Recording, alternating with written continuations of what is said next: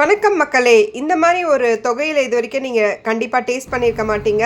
கற்பூரவள்ளி வச்சு சூப்பராக ஒரு தொகையல் பண்ண போகிறோம். ரொம்ப ஹெல்த்தியான தொகையல்.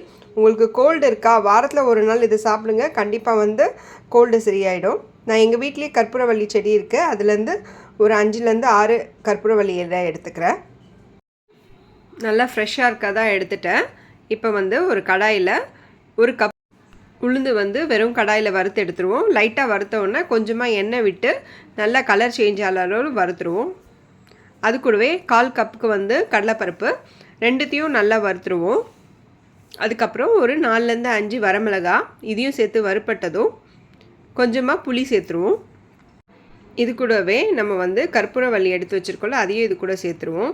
நல்லா வறுப்பட்டதும் கொஞ்சமாக கொத்தமல்லி எடுத்து அது கூடவே சேர்த்து வறுத்துருவோம்.